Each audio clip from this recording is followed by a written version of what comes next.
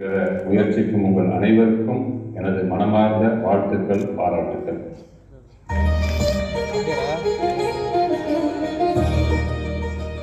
உலகின் பல நாடுகளில் தொழிலாளர்களும் விவசாயிகளும் தங்கள் வாழ்க்கையை புரிந்து கொள்ள எழுத்தறிவு அவசியம் என்பதை உணர்ந்த போதுதான் வயது வந்தோர் கல்வி என்ற சிந்தனை உருவானது.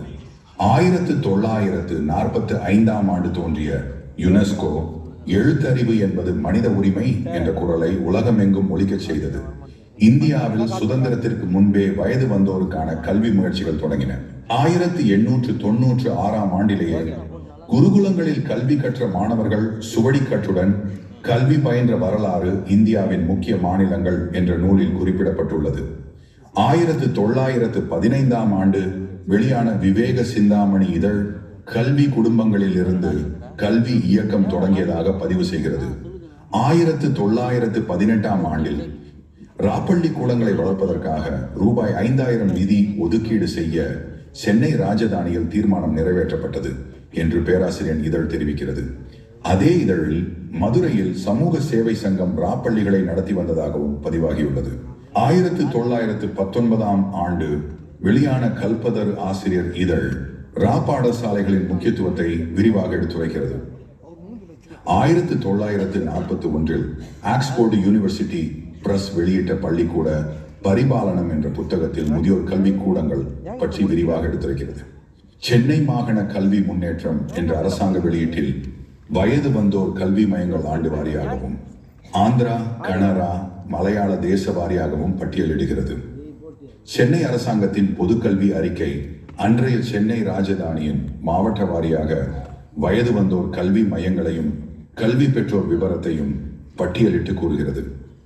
1951 சென்னை அரசாங்கத்தின் செய்தித்துறை வெளியிட்ட 5 ஆண்டு அபிவிருத்தி என்ற சிற்றேடு நீலகிரி மாவட்டத்தில் செயல்பட்ட முதியோர் கல்வி மையங்களை புகைப்பட சான்றுகளுடன் வெளிப்படுத்துகிறது.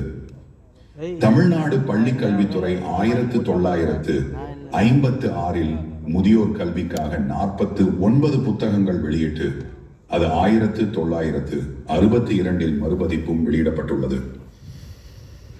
சுதந்திரத்திற்கு பின் முதல் 5 ஆண்டு திட்டத்தில் வயது வந்தோர் கல்வி ஒரு தேசிய முன்னுரிமையாக இடம்பெற்றது.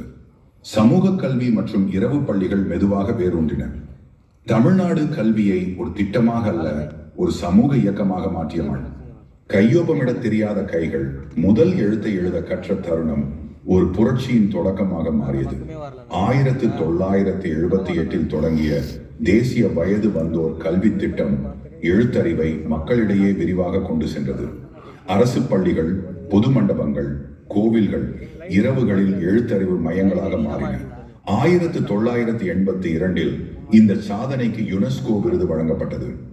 1990 எழுத்தறிவு புரட்சி தமிழ்நாட்டை இந்தியாவின் முன்னணி மாநிலமாக உயர்த்தியது. இந்த இயக்கத்தில் பெண்கள் முன்னின்று எழுத்தறிவை பரப்பினர்.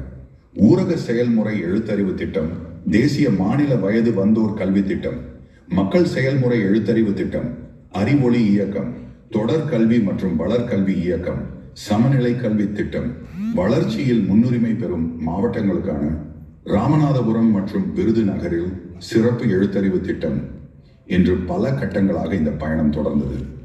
1991 தொடங்கிய அறிவொளி இயக்கம் 1995 வரை மாபெரும் மக்கள் இயக்கமாக வளர்ந்தது.